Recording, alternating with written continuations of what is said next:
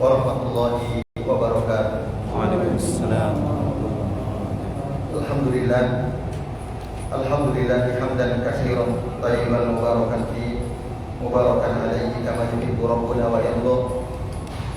Asyhadu an la ilaha illallah wahdahu la syarika lah wa asyhadu anna Muhammadan abduhu wa rasuluh.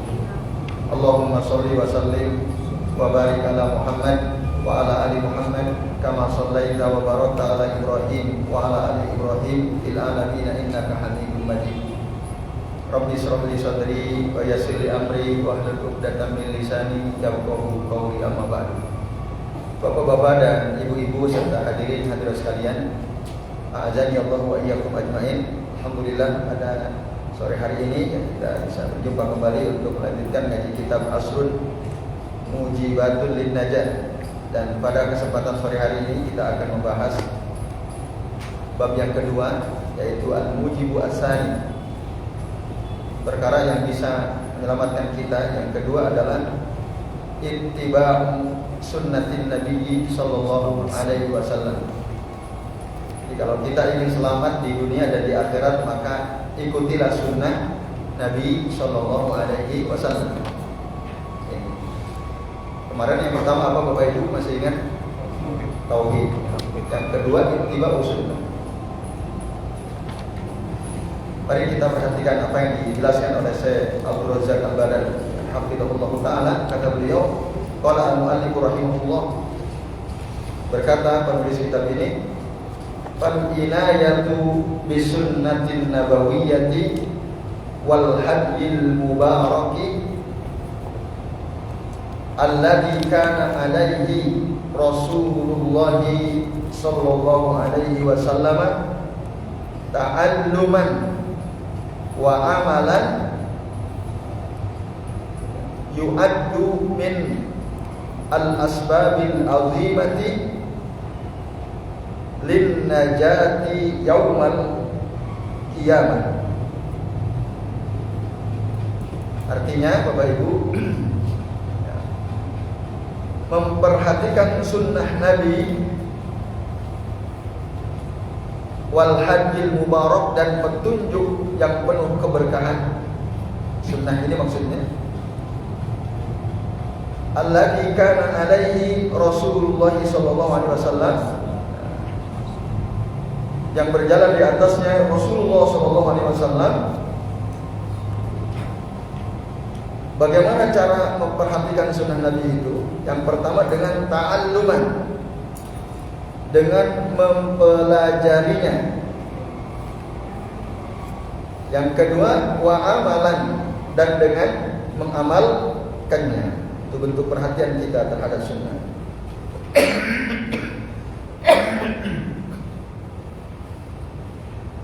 Nah, maka dengan kita mempelajari dan mengamalkan sunnah itu, yu'addu minal asbabil azimah lin najati yaumal qiyamah, dianggap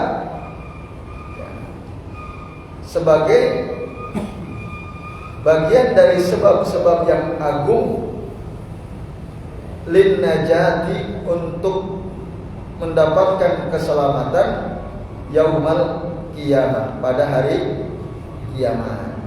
Bapak Ibu, walihada, oleh karena ini, qala al-imam Malik bin Anas rahimahullah, berkata Imam Malik bin Anas, semoga Allah merahmati beliau. Apa kata Imam Malik? Man arada najata fa'alaihi bikitabillahi wa sunnati nabiyhi sallallahu alaihi wasallam. Man, barang siapa, aradan najat, yang menginginkan keselamatan dunia akhirat maksudnya, fa'alaihi, maka hendaklah dia bikitabillahi, mengikuti kitab Allah, wa sunnati nabiyhi sallallahu alaihi wasallam, dan mengikuti sunnah nabinya. Nah, ini Bapak Ibu kata Imam Malik bin Anas, ulama besar mazhab Maliki. Jadi tidak ada, ini keterangan, jadi tidak ada cara yang bisa kita lakukan untuk bisa selamat di dunia dan di akhirat kecuali dengan mengikuti kitab Allah dan sunnah Rasul Sallallahu Alaihi Wasallam. Maka mafhum apa yang kita bisa pahami dari ini, Bapak sekalian, kalau kita tidak mengikuti kitab Allah, tidak mengikuti sunnah Rasulullah, kira-kira bisa selamat atau tidak? Tidak ada cara kalau ingin selamat kecuali ittiba bi kitabillah wa sunnati Rasulullah. Kenapa demikian? Karena ya ini sebaik-baik pedoman, sebaik-baik rujukan dalam hidup kita.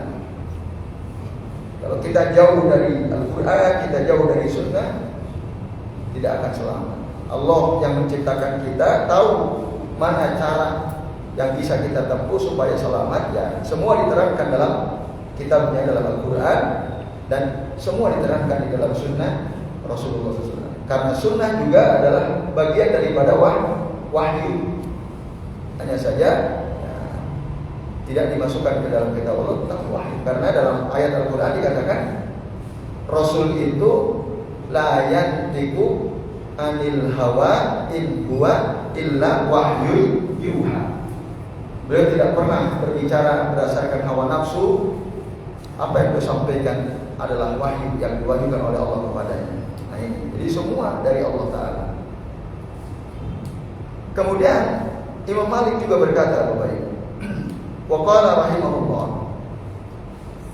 as-sunnatu safinatu nuhin, man raqibaha najah wa man takhallafa anha ghariqa. Sunnah itu bagaikan perahu Nuh. Bapak Ibu jadi tahu ya kita kisah tentang Nabiullah Nuh alaihi salam.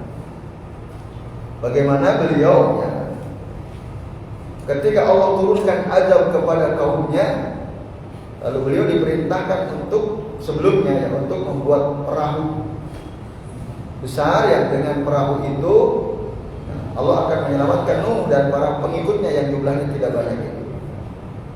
Maka ketika terjadi banjir besar, Nuh dan para pengikut ya, yang taat kepada Nuh itu diselamatkan oleh Allah Ta'ala. Nah sunnah itu bagikan safinah, bagikan perahu Nabi Nuh.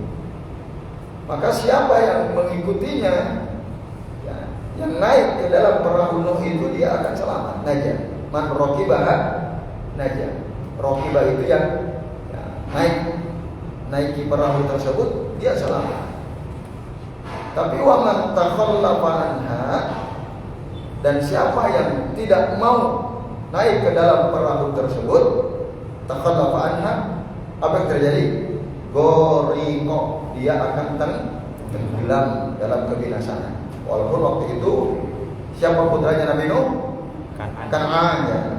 Dia mengatakan bahwa saya akan naik ke gunung yang tinggi. Tapi selamat atau tidak? Tidak selamat. Maka tidak ada pilihan kecuali hanya satu, ikut perahu itu. Kalau ingin selamat. Maka pun begitu dalam kehidupan kita ya, selaku umat terakhir, umatnya Rasul Sallallahu Alaihi Wasallam, tidak ada pilihan kalau kita ingin selamat kecuali dengan mengikuti sunnah. Nah, supaya kita ngerti sunnah, caranya gimana? Ngaji, terus belajar, iya kan? Nah kalau kita nggak pernah ngaji sunnah, mana tahu kita sunnah? Nah itu. Makanya Nabi udah kasih tahu juga bahwa thalabul ilmi fardhun ala kulli muslimin. Menuntut ilmu itu fardu, wajib atas setiap muslim. Jadi kalau ada di antara kita merasa saya sudah sarjana, ngapain belajar lagi, kan udah beres urusan. Akhirnya dia nggak mau belajar, sibuk ya dengan urusan dunia, tidak mau mempelajari sunnah. Wah, itu bahaya. Jadi hanya dua pilihannya, kalau tidak belajar ya belajar, mengajarkan sunnah atau mempelajari sunnah. Baik saja. Nah dengan itulah kita akan tahu mana ya, yang menjadi tuntunan buat kita yang diajarkan oleh Rasul Shallallahu Alaihi Wasallam. Nah, ini. Jadi bagus sekali ya perumpamaan Al-Imam Malik bin Anas. Juga katakan sunnah itu bagikan safinatun nur. As-sunnatu safinatun nur. Wa man raqibaha naja wa man takhallafa anha ghariqa. Nah, ini kata-kata ini bagus ya. Bisa dihafalkan. Kemudian fa innad dunya masaluha masalul bahr. Sesungguhnya dunia, ini kata Syekh Abdul Razak Al-Badari, masaluha perumpamaannya masalul bahri, bagaikan lautan. Dunia ini bagaikan lautan.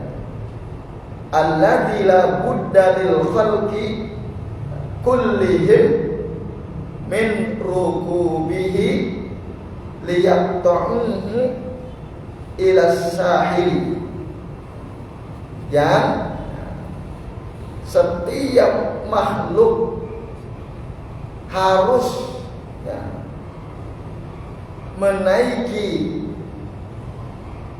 perahu. Labu dari khalqi kullihim min rukubihi, ini kembali ke perahu itu ya, untuk bisa menyeberangi lautan itu. Liyaqta'uhu ila sahil, supaya kita bisa ya, melakukan perjalanan memotong luasnya lautan ila sahili, agar sampai ke daratan. Alladzi fihi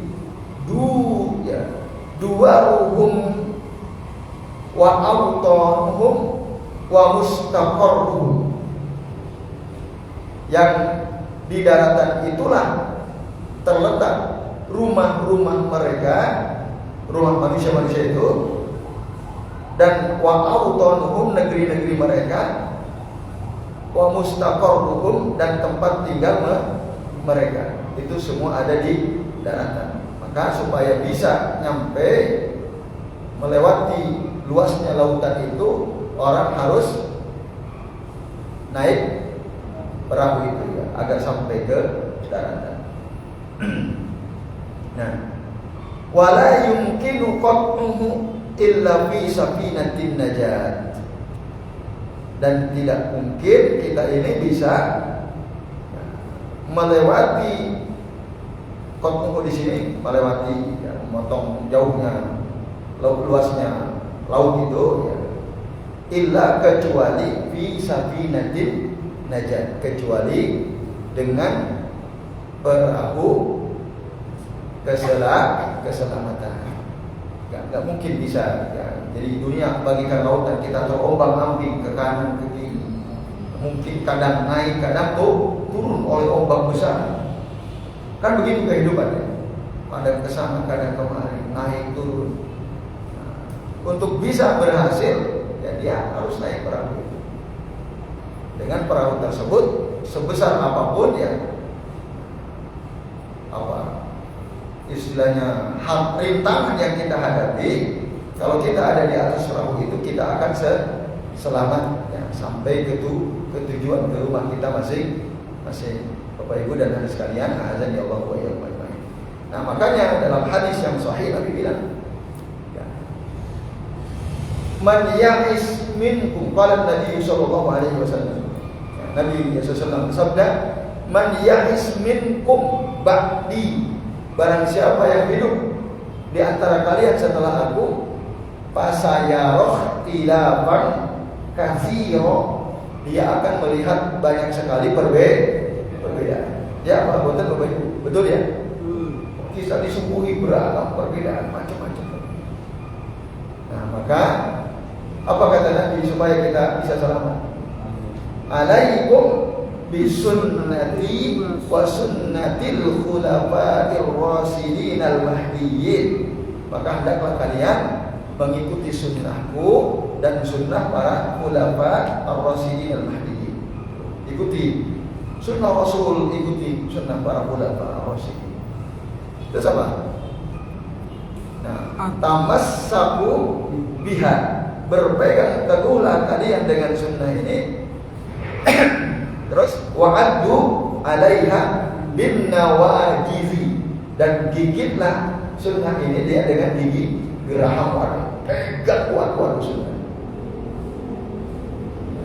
Itu kata Rasulullah SAW. Lalu apa lagi kata beliau? Wa iyyakum wa muhdatsatil umur, jauhi oleh kalian perkara-perkara baru dalam agama. Fa inna kulla muhdatsatin bid'ah wa kulla bid'atin wa kulla dhalalatin. Yang ngomong siapa ini? Rasulullah SAW. Jadi tidak perlu alergi mendengar kata bid'ah, karena yang ngomong Nabi ini dari Nabi SAW. Tapi ada nggak sebagian orang yang panas telinganya ketika mendengar kata bid'ah? Banyak, ya. Nggak seneng banget ya kalau mendengar kata ini. Padahal ini tuntunan Nabi SAW. Nah ini Bapak bisa lihat. Jadi kalau kita ingin selamat, udah pegang teguh kuat-kuat sunnah. Kemudian Bapak Ibu, Fa'arsalallahu rasulahu, lalu kemudian Allah utus para rasulnya, tu'arriful umama, mengenalkan kepada umat ittikhada subunin najat, bagaimana cara mengambil ya, mendapatkan perahu keselamatan. Rasul sudah kasih tahu. Wa ta'muruhum bi'amaliha wa rukubiha, dan Rasul menyuruh mereka, Allah menyuruh mereka wa ta'muruhum bi'amaliha, para Rasul itu maksudnya ya, menyuruh manusia, umat-umat tersebut bi'amaliha, untuk mengamalkan yang disebut dengan tadi subunin najat wa rukubiha, maksud untuk mengambil perahu itu dan menaikinya. Itu sudah diterangkan oleh para Rasul Allah Subhanahu wa taala. Bapak Ibu dan hadirin sekalian, azani Allah wa iyyakum ajmain. Nah, kemudian apa yang dimaksud ya, mengambil perahu dan menaikinya itu? Wahiyah, yaitu apa? Ta'atuhu, mentaati Allah, wa ta'atu rusulihi, mentaati rasulnya, wa ibadatuhu wahdah, dan beribadah hanya kepada Allah saja, wal ikhlasul amali lahu, dan mengikhlaskan amalan hanya untuk Allah, wat tasmiru lil akhirah, dan tasmir itu artinya al-ijtihad, bersungguh-sungguh untuk kehidupan akhirat. Wa iradatuha, dan menginginkan kehidupan akhirat, kebaikan kehidupan akhirat. Wasahyulaha sahyaha, dan berusaha sungguh-sungguh untuk mendapatkan akhirat itu. Banahadul muwaffaquna wa raqibus safinata, maka orang-orang yang mendapatkan taufik, mereka akan bangkit dan menaiki perahu tersebut. Orang-orang mendapatkan taufik dari Allah Subhanahu wa taala. Maka Bapak sekalian, kita yang sudah ya, hati kita ini terpaut dengan sunnah, bersyukurlah ya. Berarti kita telah mendapatkan taufik. Jadi kita selalu berpikir, apakah ini sesuai sunnah atau tidak. Wah, ini tidak sesuai, saya tinggalkan. Wah, ini sesuai, saya amalkan. Orang yang selalu berusaha mempertanyakan apakah ini ada tuntunannya dalam sunnah atau tidak, nah ini adalah orang-orang yang mendapatkan taufik dari Allah Subhanahu wa taala. Maka bersyukurlah kalau kita senantiasa berusaha ingin agar apa yang setiap apa yang kita amalkan itu sesuai sunnah. Kemudian waragibu an haudil bahr. Ragibu an itu artinya tidak suka. Haudil bahar itu berenang di lautan atau berjalan di lautan. Bapak Ibu, kita bisa nggak renang di lautan sejauh itu kita lewati? Atau kita jalan di atas lautan, bisa nggak? Nggak mungkin bisa. Pasti tenggelam. Nah, maka orang yang mendapatkan taufik pasti dia tidak akan memilih berjalan di atas lautan. Kenapa? Alimu. Karena mereka tahu, orang-orang yang mendapatkan taufik ini tahu annahu, bahwasanya sesungguhnya la yuqta'u hawdan wala sibaha, karena lautan itu tidak akan bisa dilewati dengan cara berjalan di atas air, dan tidak mungkin juga bisa dilewati dengan cara berenang. Betul atau tidak? Nggak mungkin. Laut yang seluas itu kita bisa lewati dengan selamat. Ya. Caranya jalan atau renang itu nggak mungkin. Nggak akan kuat misalnya. Tidak akan kuat. Kita akan terombang-ambing kemana-mana. Itu kata saya Abdul Razak Al-Badani. Kemudian Bapak Ibu, wa ammal hamqa, dan adapun orang bodoh, hamqa itu jahil bener gitu. Kan ada bodoh itu bahasa Arabnya jahil. Jahil itu orang bodoh. Jahulaya Nabi itu orang nggak tahu apa-apa. Jahilun itu orang yang bodoh. Kalau ahmak hamqa itu bodohnya betul-betul bodoh. Bodoh murakkab ya. Kata Imam Syafi'i, faminal hamaqati an tasida ghazalatan wa tatrukuhu bainal khalaiqi qaliqatan. Dalam salah satu syair yang dibuat oleh Imam Syafi'i ketika beliau menjelaskan tentang pentingnya ilmu, beliau bilang al-ilmu kas-sayyi. Ya. Ilmu itu bagaikan hewan buruan. Gitu. Maka qayyid suyudaka bil ibalil wasiqah. Ikatlah hewan buruanmu itu dengan tali yang kuat. Ini di kitab nggak ada yang keterangan. Paminal halaqati, kata Imam Syafi'i, adalah merupakan bagian daripada kebodohan, bodoh sekali. Ya. Antasida ghazalatan, ketika engkau berburu seekor rusa, watatrukuhu, lalu engkau tinggalkan rusa itu bainal khalaiqi tadiqatan, di tengah-tengah makhluk tanpa diikat. Rusa, kita berburu rusa, udah dapat rusa, lalu kita lepaskan tanpa diikat, kira-kira apa terjadi dengan rusa itu? Lari pasti, lepas. Itulah ilmu. Ilmu yang tak dicatat itu akan cepat hilang. Jadi Imam Syafi'i bilang itu bodoh sekali orang yang belajar ilmu lalu ilmunya lepas, jadi dibiarkan lepas begitu saja karena tidak dicatat. Maka penting Bapak Ibu, tradisi mencatat ilmu itu sangat pentingnya dilakukan oleh ulama dari dulu. Nah kemudian Bapak Ibu, jadi orang yang bodoh itu pastas abu amalas safinati wa alatiha warrukuba biha. Jadi mereka menganggap susah membuat perahu, menyediakan alat-alatnya itu susah, apalagi harus nanti naik, ya susah kata mereka. Istas abu itu susah dari kata sakun ya. Waqalu, dan mereka berkata, ini orang-orang bodoh bilang, nahudul bahra, ya, kita akan berjalan saja di lautan. Fa'idha azazna, kalau kita nggak bisa berjalan, qata'nahu sibahatan, maka kita berenang. Ini orang bodoh. Jadi nggak mungkin bisa jalan di atas laut, lalu kalau nggak kuat ya kita berenang. Nah ini nggak mungkin.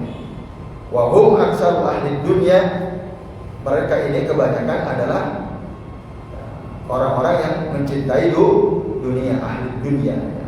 Faqaluhu falamma ajazu anil qawli akhadhu fis-sibahati hatta awraqahumul gharaq. Maka mereka ini para pecinta dunia, mereka akan berusaha berjalan di atas laut, tapi ketika tidak bisa, mereka akan mulai berenang. Nah, itu pun tidak mungkin bisa ya. Hatta adrakahumul gharaq, sampai akhirnya mereka tenggelam, Bapak Ibu dan saudara sekalian. Nah, sementara orang-orang yang naik perahu naja, ya, wa naja ashabus safinah. Selamatlah orang-orang yang menggunakan perahu itu, kama najau ma'anuhin alaihi salam, sebagaimana ya orang-orang yang ikut bersama Nuh selamat. Wa ghariqa ahlul audi, dan ya orang yang tidak mau naik perahu tetap di daratan, mereka akan tenggelam. Nah, lalu fata'amal hadzal masal, perhatikanlah, renungkanlah perumpamaan ini. Wa ala ahli dunya yatabayyana laka mutabiqatuhu lil waqi'i. Dan keadaan para pecinta dunia, maka jelaslah bagimu ya mutabiqatuhu lil waqi'i. Jadi kesesuaian nasib mereka dengan kenyataan. Jadi kalau yang naik perahu dia selamat, yang dia berusaha berenang di lautan akan tenggelam, Bapak Ibu dan hadirin sekalian, azan ya Allah wa iyyakum. Nah, lalu di paragraf berikutnya Bapak Ibu dikatakan famin mujibatin najah al-inayatu bi sunnati nabiyil karim sallallahu. Bapak Ibu supaya selesai ya. Jadi mungkin kalau agak agak cepat gitu ya. Nah, nanti mohon dimaklum ya supaya kita bisa selesai setiap kali pertemuan satu bab ya. Jadi di antara perkara yang bisa menyelamatkan Bapak Ibu adalah memperhatikan sunnah Nabi yang mulia ya sallallahu, walujumu nahjihil qawim, dan senantiasa berusaha mengikuti jalannya yang lurus sebagaimana ditegaskan oleh Allah Ta'ala dalam surah Al-Ahzab ayat 21. Apa kata Allah? Laqad kana lakum fi rasulillahi uswatun hasanah liman kana yarjullaha wal yawmal akhir wa dzakarallaha katsiran. Artinya apa? Nah, sungguh telah ada bagi kalian pada diri Rasul sallallahu alaihi wasallam suri tauladan yang baik. Bagi siapa?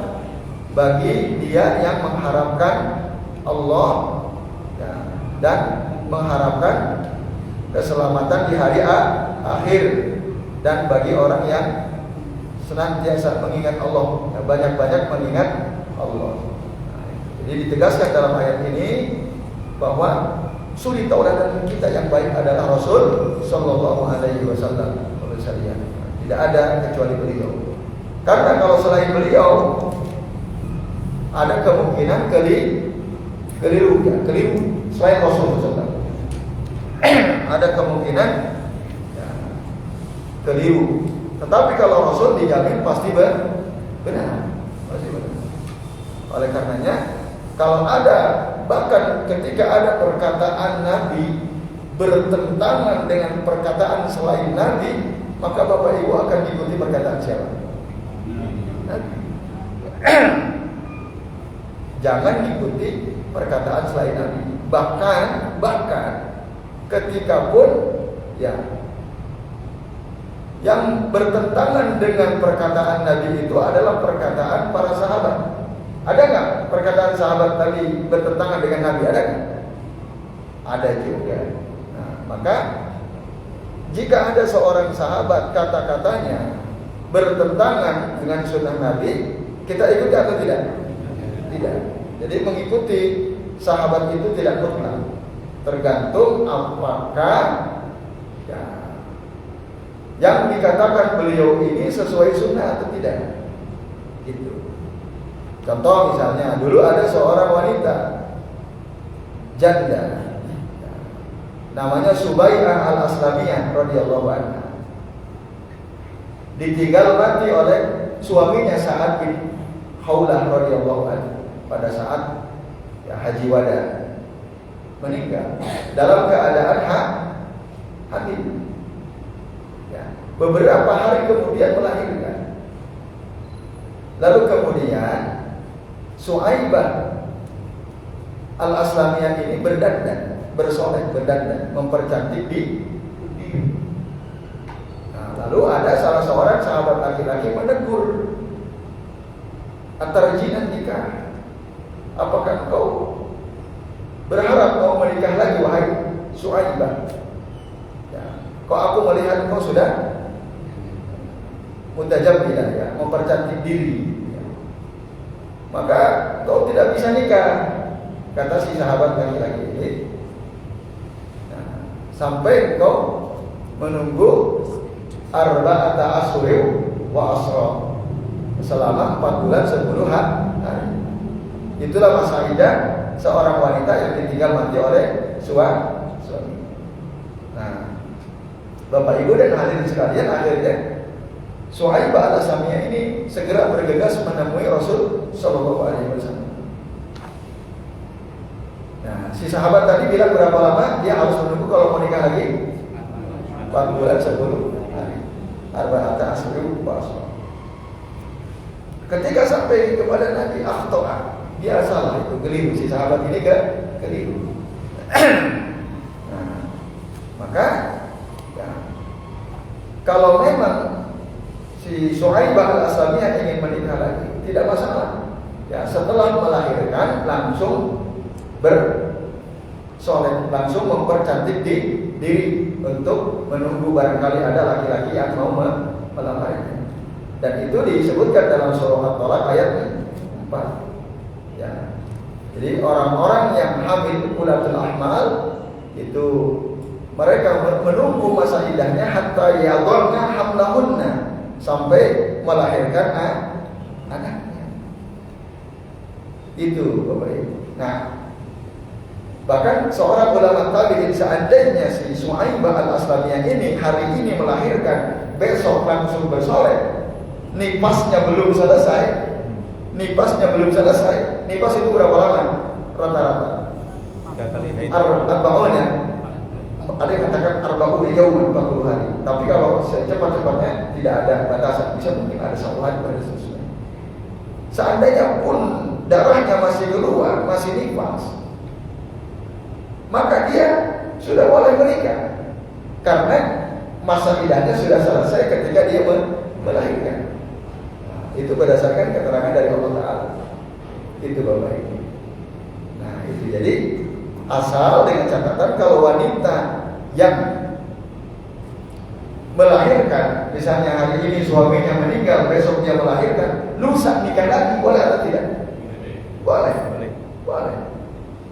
Tetapi dengan catatan jangan digauli dulu sampai nifasnya selesai. Itu saja. Nah ini cerita ini menjelaskan bahwa sahabat pun kadang-kadang ada yang perkataannya tidak sesuai dengan sunnah Nabi Shallallahu Alaihi Wasallam. Itu Bapak Ibu. Contoh lain, maaf ya, ini perlu diterangkan. Jadi tadi Nabi lah satu-satunya yang wajib kita ikuti. Selain Nabi itu, lihat dulu, kalau yang dikatakan dan diamalkan sesuai dengan sunnah Nabi, ikuti. Kalau tidak, ya jangan. Siapapun dia, bahkan selevel sahabat sekalipun, seperti tadi cerita Suaibah Al-Aslamiyah ini. Nah, dulu bahkan Abdullah bin Mas'ud radhiyallahu anhu pernah menyampaikan satu ucapan, ya Bapak Ibu dan hadirin sekalian, yang ucapan beliau ini tidak sesuai dengan sunnah Nabi. Nabi tadi kan mengatakan, iyyakum wa muhdatsatil umur, fa inna kulla muhdatsatin bid'atun wa kullu bid'atin dhalalatun wa kullu dhalalatin finnar. Kan itu yang tadi sudah kita singgung. Nah, Bapak Ibu dan sekalian, walaupun tidak secara konfrontasi gitu, apa yang dikatakan oleh Abdullah bin Mas'ud betul-betul bertentangan kan. Tapi sering digunakan oleh orang untuk menentang hadis Nabi ini. Nah, disebutkan dalam kitab ini ya. Ilmu usulil bidah ini. Misalnya, yaitu kata-kata Abdullah bin Mas'ud, "Ma ra'ahun nasu hasanan fa huwa indallahi hasanan." Apa yang dilihat oleh orang, oleh kaum muslimin baik, maka berarti dia di sisi Allah baik. Coba perhatikan maksudnya. Ma ra'ahul muslimuna hasanan fa huwa indallahi hasan. Ini hadis sahih, tapi hadis dari asal sahabat dari Abdullah bin Mas'ud. Betul memang beliau katakan itu. Apa yang dilihat oleh kaum muslimin baik, maka dia di sisi Allah itu baik. Akhirnya apa? Apa konsekuensi dari perkataan ini? Apa yang dilihat oleh kaum muslimin baik, berarti dia di sisi Allah baik. Ini konsekuensinya besar sekali. Pokoknya apa saja amalan, gitu kan, yang menurut kaum muslimin baik, berarti dia di sisi Allah baik. Bapak Ibu bisa bayangkan konsekuensinya. Udah pokoknya ada orang bikin amalan, gimana bagusnya ini bagus ya, berarti bagus, berarti dia di sisi Allah baik. Orang akhirnya akan lepas dari sunnah Rasul Sallallahu Alaihi Wasallam. Patokan kebaikan kalau orang ikutin asar ini adalah yang penting menurut kaum muslimin baik, kan gitu? Ya atau tidak? Ya itu baik. Banyak gak amalan di tengah-tengah masyarakat yang menurut banyak orang baik, padahal tidak sesuai sunnah, banyak kan? Banyak. Dalilnya ya ini dalilnya. Marwahul muslimuna hasanah bahwa indallahi hasanah. Ini luar biasa ini efeknya ini. Ya. Nah, tapi mereka lupa. Ini kata siapa ini? Abdullah bin Mas'ud, seorang sahabat. Sementara yang mengatakan iyyakum wa muhdatsatil umur, itu siapa? Mau bandingkan perkataan Nabi dengan perkataan Abdullah bin Mas'ud, lalu kita pilih yang ini misalnya, gitu atau tidak? Tidak dong. Perkataan Nabi harus lebih diikuti, ya, bahkan dibanding perkataan sahabat jika memang itu ada semacam kontradiksi gitu ya. Nah, kita harus perkataan Nabi yang kita kuatkan, Bapak Ibu dan hadirin sekalian, azan ya Allah wa iyyakum, karena beliau udah uswah hasanah kita gitu. Dan masih banyak contoh lain gitu ya yang apa yang disampaikan oleh sahabat itu ternyata tidak sesuai dengan apa yang disampaikan oleh Nabi. Dalam keadaan seperti itu maka kita tidak boleh mengikuti, mendahulukan perkataan sahabat jika ada perkataan Nabi ya, yang tentu saja jauh lebih kuat. Apalagi jika perkataan Rasul dihadapkan dengan perkataan ustadz atau kiai dan seterusnya. Mana yang boleh diikuti? Ya. Nabi dong, Rasulullah Shallallahu Alaihi Wasallam. Karena kita ini ya, selain Nabi, ada kalanya benar, ada kalanya keliru. Jika sesuai dengan yang disampaikan oleh Nabi, maka kita wajib mengikutinya. Bahkan dalam Al-Quran pun Bapak Ibu diterangkan ya, bahwa kita itu tidak boleh mendahului perkataan Nabi. Nah, ada itu ya dalam surah Al-Hujurat ayat 1. Coba Bapak Ibu buka tuh, surah Al-Hujurat ayat pertama. Ya ayyuhalladzina amanu la tuqaddimu baina yadayillahi wa rasulih. Itu kan. Hai orang-orang yang beriman, janganlah kalian ya mendahului ya Allah dan Rasulnya. Jangan. Dahulukan dulu kitab Allah, dahulukan dulu sunnah Rasul, baru yang lain. Artinya kita tidak boleh ya, memilih ya, perkataan orang lain daripada perkataan Nabi Shallallahu Alaihi Wasallam saja. Nah, terus oleh Allah diancam dalam surah An-Nur ayat 63 itu, Bapak Ibu.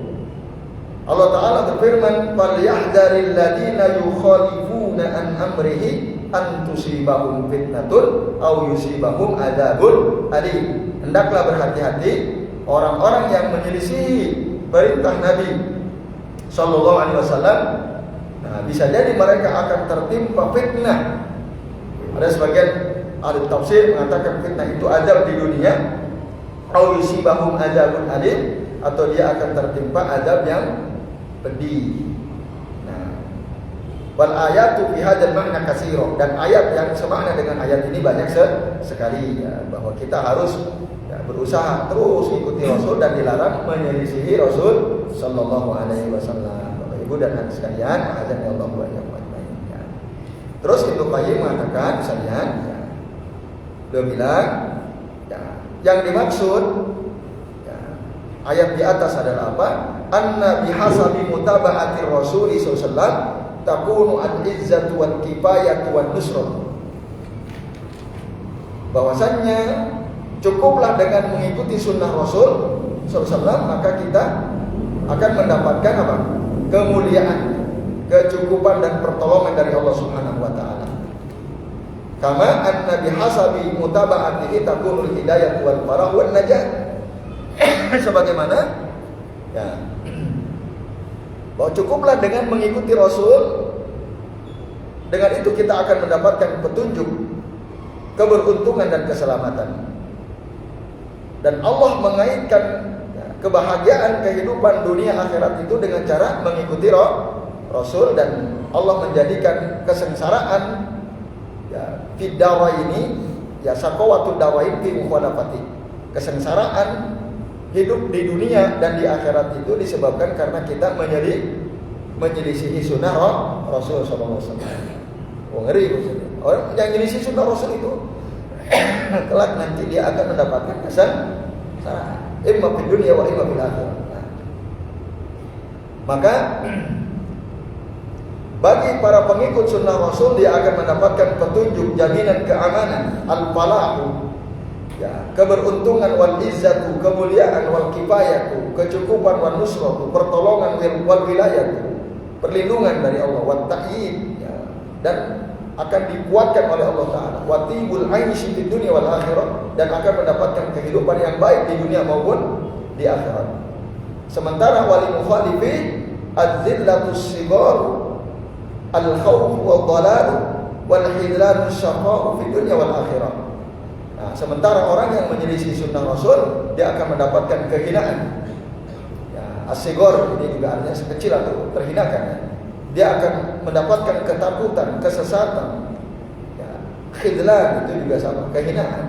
Wasyaqa, kesengsaraan di dunia wal akhirah, di dunia dan di akhirat. Nah, lalu di paragraf berikutnya, wa amma man kanat a'malu ala ghairi hadiyi ar-rasul sallallahu alaihi wasallam fa innahu yakunu ba'idan 'anil najat. Dan adapun orang yang amal-amalnya tidak sesuai dengan petunjuk Nabi, maka sesungguhnya dia itu jauh dari keselamatan, jauh. Kalau tidak sesuai sunnah Nabi. Dan amalnya mardudatun alaih, tertolak amalnya. Fal a'malu alaihi sallallahu alaihi wasallam. Wah, ini ngeri ya. Jadi amal yang diterima itu adalah ya, yang bisa menyelamatkan pelakunya pada hari kiamat adalah amalan yang sesuai dengan petunjuk Nabi sallallahu alaihi wasallam. Itu Bapak Ibu dan hadirin sekalian, azani Allah wa iyyakum ajmain. Jadi ikuti saja sunnah. Jangan buat perkara-perkara baru. Tapi ada orang bilang begini, kalau kita enggak cara berpikirnya seperti itu, kata ada seorang tokoh, nanti banyak sekali kitanya amalan-amalan yang tidak bisa kita amalkan. Lalu dia ngasih dalilnya ketika Al-Quran mau dijadikan mushaf. Coba di zaman Rasul mushaf udah ada apa belum? Belum. Kata dia, coba seandainya harus betul-betul seperti yang dilakukan oleh Nabi, dicontohkan oleh Nabi, repot kita. Ya, karena orang-orang yang hafal Quran mungkin banyak yang mati duluan kan. Quran mungkin nggak sampai ke kita. Kira-kira begitu ya yang dikatakan. Nah, maka dulu para sahabat ya, mulai dari Abu Umar ya, mengusulkan kepada Abu Bakar untuk supaya Al-Quran itu dijadikan mushaf. Apalagi setelah terjadi perang Yamamah ya. Banyak para sahabat penghafal Quran yang wafat, meninggal dulu. Lalu kata dia, nah itu dalil bahwa ya, tidak harus apa yang kita lakukan ini dilakukan di zaman Rasul SAW. Nah coba, Al-Quran dijadikan mushaf di zaman Rasul ada atau tidak? Kan tidak ada. Nah, artinya apa? Ya ada amalan-amalan baik yang kita bisa amalkan meskipun mungkin dulu Rasul tidak melakukannya, kata dia kan gitu. Bisa lihat.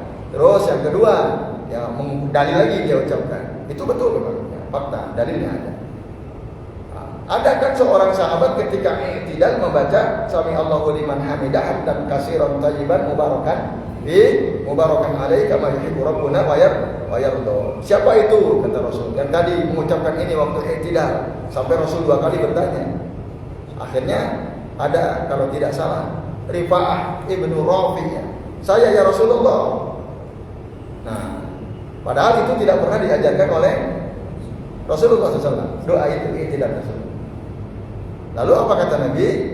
Nah, ada bid'un wa salasuna malaikatnya, ada 30 lebih malaikat yabtadi'una ya, yang berlomba-lomba untuk ya, mengangkat amalan itu ke Allah Subhanahu wa taala. Dipuji oleh Nabi SAW. Kata dia, kata si orang ini, kan tidak harus dicontohkan Nabi. Kalau memang baik, lakukan aja. Wong itu oleh Nabi ditegur atau tidak?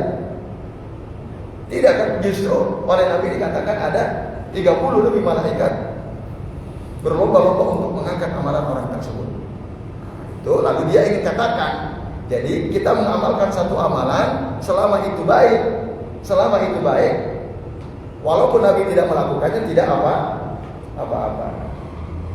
Masuk akal tidak Bapak Ibu? Masuk akal, kalau masuk akal. Nah, cuma si orang ini lupa bahwa pengumpulan mushaf dilakukan oleh siapa? Oleh ulama Ar-Rasyidun. Para ulama Ar-Rasyidun dapat rekomendasi kan dari Nabi? Dapat kan tadi. Alaikum bisunnati wa sunnatil khulafa'ir rasyidin. Nah, khulafa'ir rasyidin al-mahdiyyin. Nah, kalau ada orang tokoh di zaman sekarang, tokoh agama, dia buat satu amalan, entah tokoh sufi atau siapapun lah ya. Apa dapat rekomendasi dari Nabi?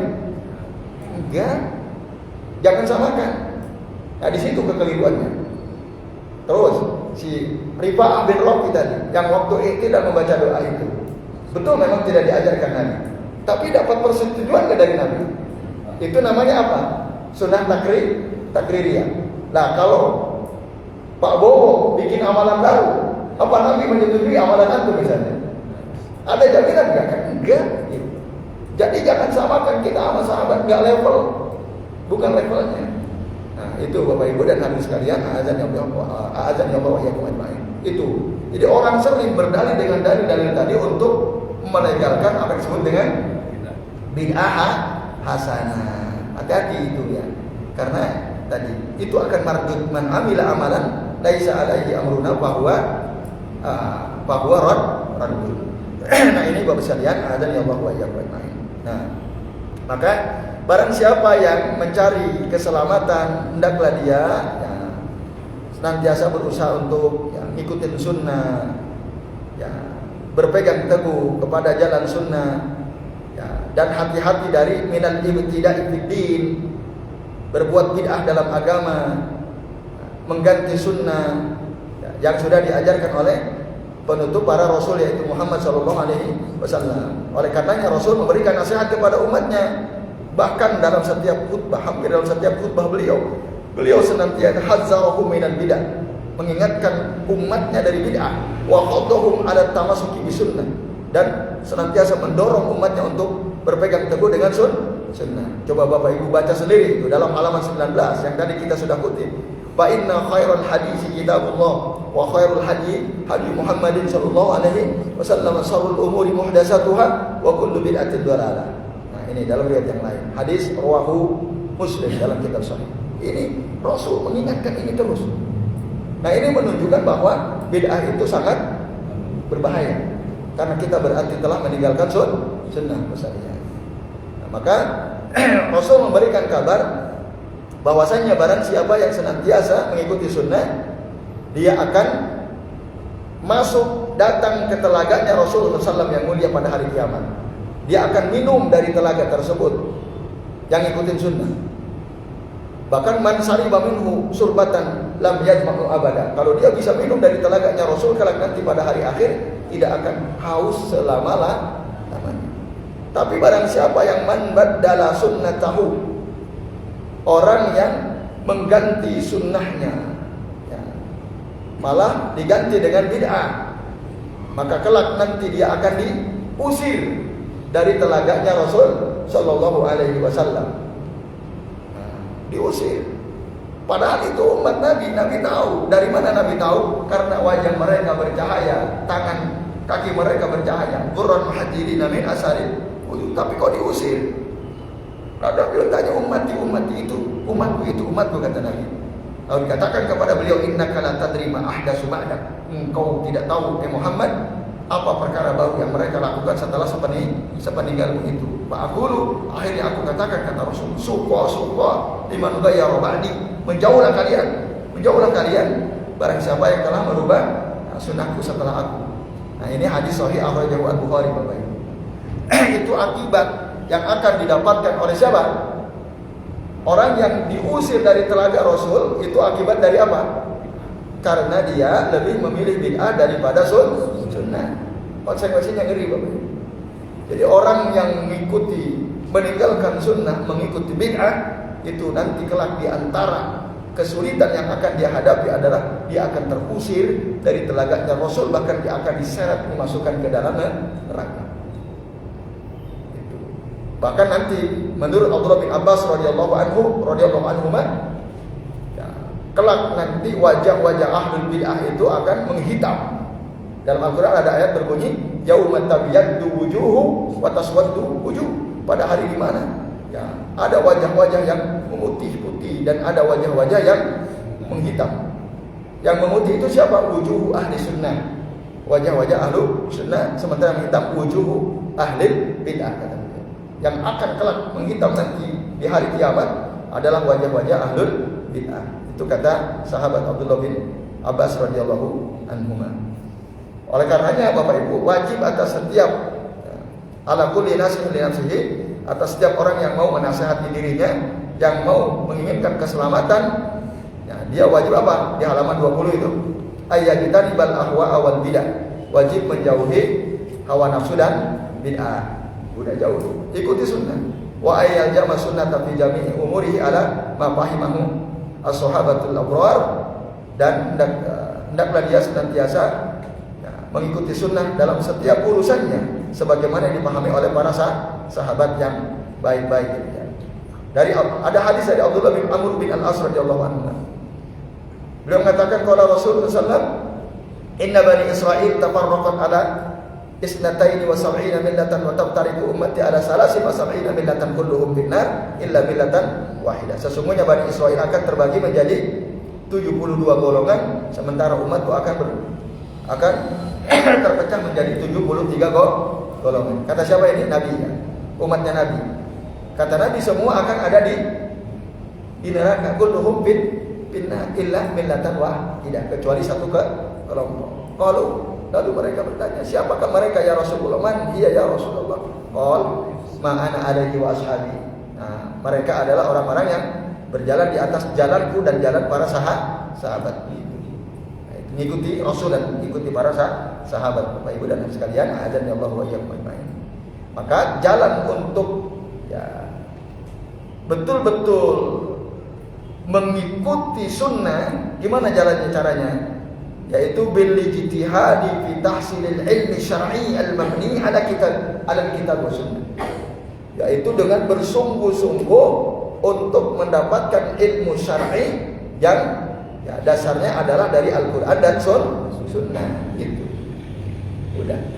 Dan hatta ya'budu al-muslimu rabbahu ala basiratin wa ala wiki haddi nabiyina al-amin sallallahu alaihi wasallam. sehingga kita bisa menyembah, ya, seorang muslim bisa menyembah Allah Tuhannya ala basirah, berdasarkan ilmu dan sesuai dengan petunjuk Nabi kita Al-Amin sallallahu alaihi wasallam. Nah, ini sekalian, azan ya Allah wa iyyakum ajmain. Jelas ya? Nah, ini kalau kita ingin selamat, ikuti sunnah. Oke, saya kira ini ya sementara ini ya silakan. Nanti silakan Yang lain bertanya. Ya. Mohon izin, ini yang barangkali juga sering terjadi. Bagaimana menentukan batasan itu sunnah itu yang dilakukan oleh Nabi dan yang tidak dilakukan oleh Nabi. Artinya begini, sunnah misalnya semua aktivitas ibadah yang dilakukan oleh Nabi. Nah, dikatakan bid'ah apabila ya itu tidak dilakukan oleh Nabi. Ya, apakah ini juga termasuk dalam hal keilmuan? Nah, misalnya ya katakanlah seperti para filsuf atau para tokoh-tokoh tasawuf, ya, misalnya seperti Ibnu Rushd, kemudian Al-Ghazali dan lain-lain. Nah, apakah itu termasuk golongan yang ini termasuk bid'ah keilmuan gitu? Yang mempelajari filsafat. Ya, karena ini kan saya membaca beberapa teks yang sering ini diperdebatkan gitu. Nah, bagaimana mungkin kalau kita kita tidak melalui para ulama, para salafus saleh itu kemudian ilmu itu akan sampai ke kita, sedangkan ini kok sepertinya lalu merujuk ke sahabat, sedangkan ini kan melewati beberapa step itu, tabiin, macam-macam itu seperti itu, Ustaz. Baru sampai ke kita gitu ya. Ya. Ya, baik Bapak Ibu. Gimana Pak? Mau langsung bertanya atau jawab satu-satu dulu? Jawab dulu satu-satu ya. Ya, baik Bapak Ibu dan sekalian. Ya, betul sekali bahwa sampai kepada kita ilmu yang diajarkan Nabi itu melalui banyak generasi ya. Generasi sahabat, generasi tabi'in dan seterusnya. Makanya dulu para ulama sangat ketat ya. Ketika bicara tentang sunnah, hadis Nabi itu betul-betul sangat diteliti. Maka ada banyak persyaratan yang harus terpenuhi untuk mengatakan bahwa itu adalah sunnah yang sahihah, hadis yang sahih. Ya, jelas misalnya seluruh para ulama hadis memberikan syarat bahwa sesuatu untuk hadis itu dikatakan kita bisa terima, dikatakan sahih, bisa jadi dasar, itu harus memenuhi 5 syarat. Ya, yang pertama adalah apa? Ya, ittisalus sanad. Sanadnya nyambung kepada Nabi SAW. Jadi enggak terputus. Jadi Nabi mengatakan kepada sahabat, sahabat mengajarkan kepada tabi'in, langsung ketemu, tabi'in mengajarkan kepada tabi'ut tabi'in, langsung ketemu, terus langsung ketemu. Ya, tidak pertemuannya ada. Nah, itu sanadnya nyambung sanadnya. Baru nanti ketika diterima oleh Imam Al-Bukhari ditulis. Imam Bukhari dapat dari gurunya, tulis. Imam Muslim dapat dari gurunya, tulis. Nah, itu ulama-ulama para pengumpul hadis seperti Imam Bukhari, Imam Muslim dan seterusnya. Nah, itu sangat berjasa juga untuk kita. Alhamdulillah ditulis itu kan. Nah, sehingga kitab-kitab mereka bisa kita akses, dan bisa dipertanggungjawabkan. Setelah itu muncul para pengkritik hadis kan. Betul-betul melakukan penelitian seperti Imam Az-Zahabi misalnya dan seterusnya. Nah, ini untuk menjaga apa? Kemurnian ilmu yang diajarkan oleh Nabi SAW supaya tidak ada penyimpangan. Itu syaratnya harus sanadnya nyambung. Yang kedua apa?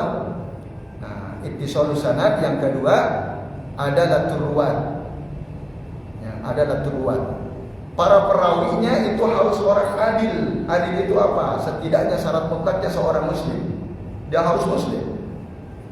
Nah, kalau ada orang non-muslim meriwayatkan hadis, diterima atau tidak? Tidak, karena dia tidak adil pada dirinya sendiri. Itu syaratnya harus seorang muslim. Syarat pokoknya.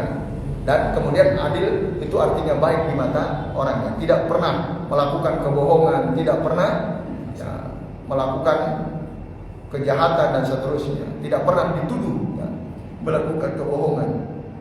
Itu maka ulama hadis dulu ketika akan mengambil hadis dari gurunya, itu betul-betul ya, dicari tahu ini gurunya orang baik-baik atau bukan.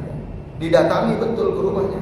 Sebelum datang ditanya bagaimana akhlaknya, bagaimana berikan kesimpulan, itu yang akan diambil hadisnya. Ketika dapat kesaksian baik dari masyarakat sekitarnya, baru beliau ngambil hadis itu. Nah itu adil, ada tubuhan. Bahkan ada cerita ketika ada seorang pencari hadisnya melihat orang yang mau diambil hadisnya mau ngasih makan ayam, kut gitu. Ayam pada datang, ternyata nggak jadi dikasih makan, nggak jadi. Ayam dibohongi, nggak jadi itu hadisnya diambil, nggak jadi. Ayam aja dibohongi kan gitu. Nah itu saking hati-hatinya. Ya, ada terluat misalnya. Nah jadi ittisal sanad adalah terluat. Kemudian apalagi ada sudud, tidak janggal. Janggal itu apa? Bertentangan dengan hadis yang lebih kuat. Itu. Maka kalau ada hadis kontradiksi, maka tinggalkan yang lebih lemah, ikuti yang lebih kuat. Karena yang lebih lemah itu ya, disebutnya sahih. Misalnya ada hadis riwayat Imam Bukhari dan Muslim.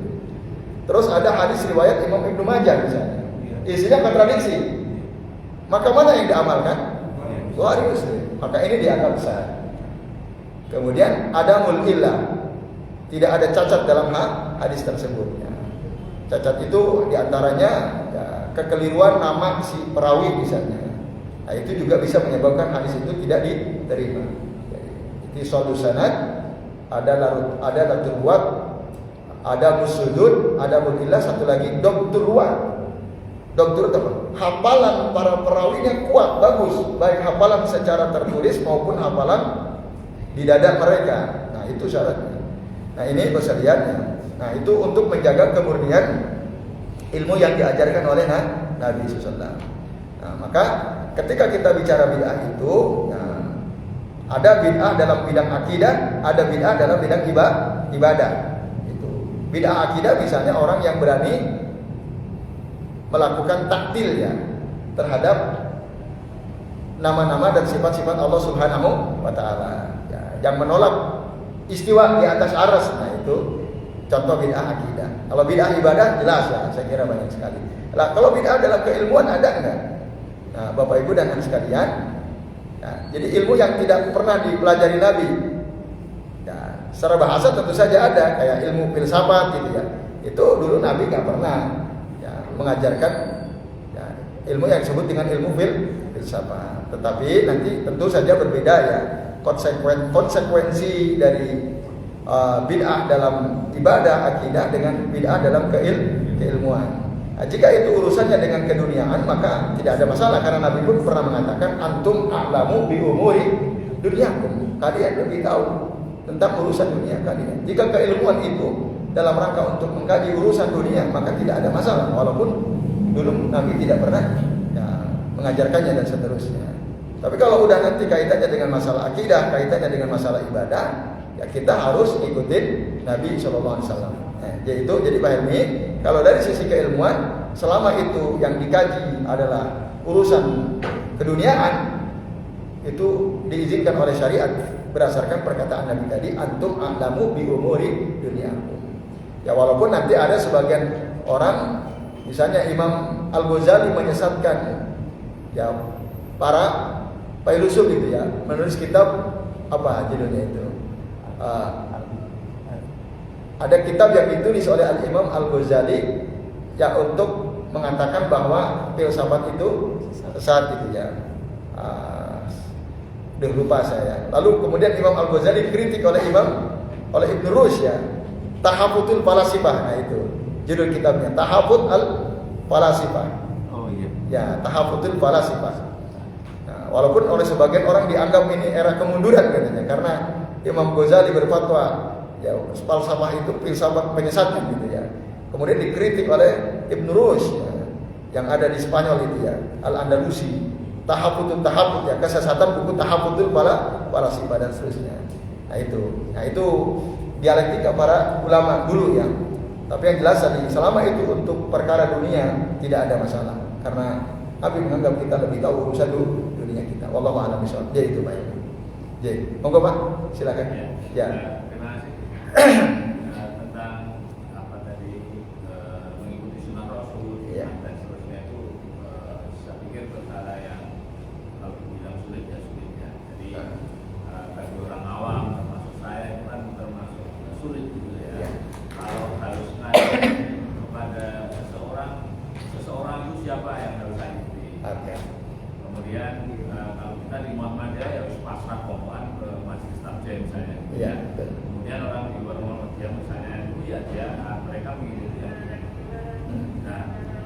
ketika kita pasrah bawaan lah, akhirnya tidak mungkin ya semua orang kemudian mempelajari agama secara mendalam. Karena kita punya pekerjaan, punya konsentrasi mungkin tidak yang lain. Terus gimana? Ya, baik, terima kasih Pak. Ya, orang itu kan levelnya beda-beda. Ya, level dalam pengetahuan terkait dengan masalah agama ini ya. Level tertinggi itu disebut mujtahid. Mujtahid itu orang-orang yang berilmu, luas ilmunya, punya kemampuan membaca ya, teks-teks Arab, paham ayat-ayat Quran, paham hadis-hadis Nabi. Syarat utamanya kan harus ngerti bahasa Arab itu. Kalau nggak ngerti bisa nggak kita paham secara mendetail? Kan tidak. Kebanyakan kaum muslimin di Indonesia ini banyak yang ngerti atau nggak ngerti bahasa Arab. Banyak yang nggak ngerti kan? Nah, maka untuk menjadi level mujtahid mungkin atau tidak? Tidak. Kalau nggak ngerti bahasa Arab, kalau dia ingin ya harus ngerti bahasa Arab dulu kan itu. Nah, di bawahnya ada namanya muttabi. Muttabi itu apa? Ya, orang yang ngikuti. Nah, Bapak Ibu dalam kitab ada kitab ya yang ditulis oleh seorang ulama ya, Mabadiul Awwaliyah namanya. Fi usul fikih wa masail fi masail fikiyah wa al-qawaid fi usul fikih wal qawaid al-fikiyah. Mabadiul Awwaliyah. Di sana diterangkan Bapak Ibu, itu yang pertama. Level kedua yang disebut muttabi. Level yang paling rendah disebut muqallid. Muttabi, muqallid, mujtahid, muttabi, muqallid. Apa bedanya muttabi sama muqallid? Muttabi itu qabulu qauli ahadin wa anta tadri min aina makhazahu. Menerima perkataan atau pandangan seseorang dan kita ngerti dasarnya. Ya, itu namanya apa? Muttabi. Ada ustadz ngomong begini, ada kiai ngomong begini, ada tokoh ngomong begini, kita terima. Karena apa? Kita tahu dasarnya. Si tokoh itu menyebutkan dalilnya ini, dalilnya ini. Kalau kita ngikutin dia karena kita tahu dasarnya, maka itu namanya muttabi. Nah, ini level kedua. Kalau kita nggak mampu jadi mujtahid, minimal jadilah muttabi. Saat kita menerima ya perkataan seorang tokoh, ya, tokoh agama misalnya, kita ngerti dasarnya mana, dalilnya apa, gitu Bapak Ibu dan sekalian. Nah, level yang paling rendah disebut muqallid. Muqallid itu apa? Qabulu qauli ahad wa anta la tadri min aina makhazahu. Kita menerima perkataan seseorang, menerima pandangan seseorang, dan kita nggak ngerti dasarnya dari mana. Pokoknya aku wis manut awannya. Urip matiku derek bulan kan gitu.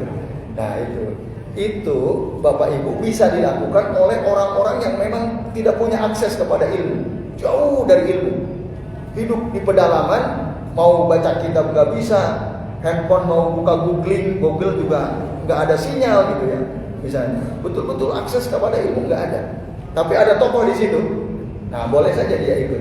Namanya nggak pakai dalil lagi. Ya karena dia susah akses ya kan. Nah itu. Tapi kalau orang-orang seperti kita ini akses terhadap ilmu gampang apa susah? Gampang. Itu Bapak Ibu. Maka boleh gak kita ngikutin tokoh kita? Boleh saja, silakan. Boleh Bapak Ibu. Asal apa? Kita berusaha untuk mengetahui dalilnya, dasarnya. Kan saya kira tokoh-tokoh di Muhammadiyah misalnya, ketika beliau menyampaikan apa-apa, kita kira-kira oleh beliau dilarang nggak kalau tanya, Ustadz Afwan, saya mau tanya itu dasarnya dari mana? Boleh atau tidak? Boleh kan? Pasti beliau akan menerangkan. Tapi kalau beliau udah tokan tapon dari Luis amal kewae, kalau ada yang gitu gimana? Ikuti nggak usah? Nggak usah. Orang tanya dalil berarti gimana? Dia nggak tahu dalilnya itu. Nah mungkin begitu. Kalau kita enggak, misalnya ya kita ditanya Bapak Ibu ya, kita nggak ngerti, bilang aja, wallahu a'lam saya belum tahu, udah gitu. Nanti deh tak cari tahu, nggak usah dimarahin yang tanya dalil itu. Nah itu. Jadi saya kira para asatidz, para ulama yang betul-betul alim itu pasti ketika ditanya dalilnya oleh para jamaah, beliau akan terangkan. Kalau toh beliau nggak tahu, beliau akan bilang, wallahu a'lam saya belum tahu, nanti tak carikan. Nah begitu memang seharusnya orang berilmu. Itu. Jangan tukang takun dari amal kewaya itu nggak benar yang seperti itu. Ya itu Pak. Jadi boleh Pak. Insya Allah saya kira para ustadz, para tokoh yang baik dimanapun dia berada ya, di organisasi manapun, kalau memang dia betul-betul orang alim, insya Allah dia akan menjelaskan. Kalau toh memang tidak tahu, pasti beliau akan mengatakan Allah alam, saya belum tahu, nanti insya Allah saya coba cari. Gitu Pak. Allah alam. Iya, banyak itu bisa juga karena percaya gitu ya. Terus malas, akses mudah, dia juga pintar tapi malas. Masalahnya di situ. Ya, malah nggak percaya, dia percaya gitu loh. Karena udah percaya sama si tokoh. Iya. Dan malas dia. Ya. Nah, itu bagaimana gitu ya? Iya, itu bagaimana? Ya. Kita boleh nggak percaya kepada seorang tokoh? Boleh. Tinggal kita lihat track recordnya kan. Misal kalau dia tulis kitab, kita lihat kitabnya. Itu kan track record. Terus kalau dia ngisi kajian, kita lihat bagaimana dia ngisi kajian. Dia selalu bawa rujukan atau tidak? Dia selalu berusaha menyampaikan kepada kita, ya dalilnya atau tidak? Kan gitu. Nah, itu kan track record. Sudah. Saya tuh kalau mendengarkan Ustadz Fulan, Kiai Fulan, beliau selalu berusaha menunjukkan dalil, rujukan. Ketika suatu saat, misalnya mungkin luput, tidak menunjukkannya, tidak sempat menyebutkan, lalu saya percaya dia insya Allah akan selalu berusaha sesuai dalil kan itu. Nah, itu boleh nggak? Boleh. Tapi kan ada track record kan, yang kita ketahui dari si tokoh tersebut, Bapak Ibu dan sekalian. Tidak ada masalah. Cuma tadi yang nggak bagusnya malasnya itu Pak. Ya, itu yang nggak bagus. Maka kita itu tidak boleh malas gitu ya. Kalau bedakan malas dengan tidak punya kemampuan. Nah, kalau memang kita tidak punya kemampuan, itu maafu anhu, dimaafkan. Tapi kalau malas, sebenarnya akses terhadap ilmu ada, nah itu yang buruk ya. Harusnya kita jangan malas. Misalnya kita mendengar ada seorang tokoh menyampaikan, lalu kita agak ragu-ragu gitu Pak ya misalnya. Mau nanya langsung segan, gak enak kan? Kita bisa cari tahu nggak? Bisa lewat misalnya ustadz lain yang kita nggak segan bertanya. Saya pernah mendengar katanya begini-begini. Itu bagaimana Tad atau bagaimana Pak Kiai? Apakah betul ada dasar khususnya? Nah itu kan untuk tadi supaya kita tidak malas bertanya. Ya. Apa kata Allah dalam Al-Quran? Fas'alu ahla dzikri in kuntum la ta'lamun. Kan diberitahu oleh Allah. Kalau kita belum tahu, ya tanya orang yang tahu ya. Kalau memang kita tidak tahu, ya itu Pak. Allah a'lam bishawab. Ya. Jadi perbedaan level-level tadi, saya baca yang pertama itu sama mufti ya, mujtahid ya. Mujtahid. Yang kedua thalabul ilmi. Muttabi itu yang thalibul ilmi ya. Nah, thalabul ilmi berarti kan sama sebenarnya. Nah, thalabul ilmi itu yang bisa memilah-milah dalil mana yang kuat, nasib, mansur dan sebagainya atau yang ketiga ini awam. Awam betul. Itu disebutkan haram untuk mengikuti tanpa ilmu, la taqul ma laysa bihi ilm.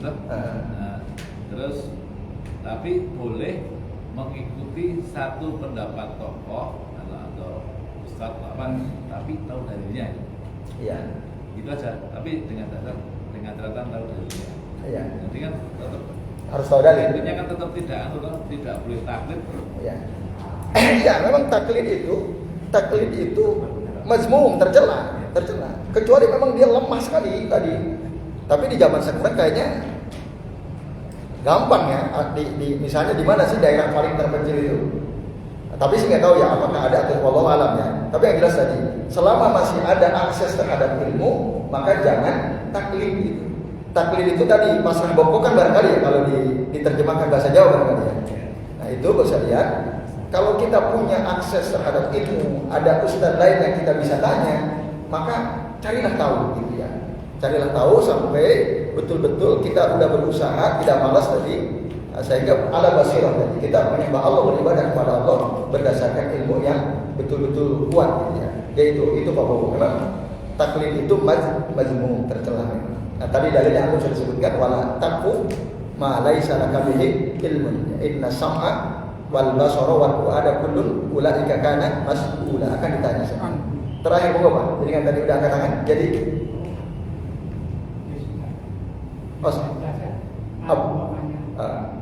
kan ada suatu saat itu suatu tokoh ya. yang mengatakan ini perkataan seseorang, tetapi zaman Nabi perkataan sahabat, tetapi disebut dia tidak diselisih oleh yang lain. biarkan saja. Apakah itu bisa disebut Dan ya sunnah bisa, ya bisa. Jadi Bapak Ibu, kalau ada seorang sahabat mengatakan sesuatu, ya, lalu nggak ada satupun sahabat yang menyelisihi, maka itu bisa jadi dalil. Gitu. Itu yang kemudian disebut dengan, kalau ijma namanya ijma sukuti. Ijma sukuti, ya, itu bisa jadi dalil sebagai sunnah sahabat, ya, itu bisa jadi dalil. Tapi kalau ada yang menyelisihi, nah berarti kita tidak mengikuti, ya. Jadi itu Pak. Jadi tadi mengikuti amalan sahabat, perkataan sahabat itu tidak mutlak, gitu ya. Jadi tergantung apakah yang disampaikan oleh seorang sahabat itu ada yang menyelisihi atau tidak sahabat lain, ya, atau menyelisihi perkataan Nabi atau tidak. Jika tidak, maka itu menjadi sunnah. Tapi jika ada yang menyelisihi, nah, maka itu kita pilih mana yang terkuat di antara perkataan sahabat yang berselisih di antara dua pendapat itu. Nah, mana yang paling sesuai dengan sunnah Nabi, itulah yang diikuti, itulah yang jadi sunnah. Jadi itu Pak. Jadi kalau tidak ada, kenapa hadis-hadis palsu itu dihapuskan saja itu? oke ya. Ya, Iya. Iya itu.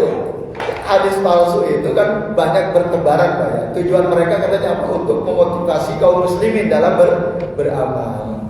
Itu gimana dihapus ya? Susah hapus ya karena sudah tersebar. Yang ada mengumpulkan. Yang ada hadis-hadis palsu itu dikumpulkan jadi satu kitab supaya orang ngerti ini loh hadis-hadis palsu. Maka Imam Ibnu Al-Jauzi menulis kitab judulnya Al-Mawdu'at. Isinya itu hadis-hadis palsu semua. Ya ada berapa jilid ya? 2 atau 3 jilid ya. Kami punya kitabnya ya.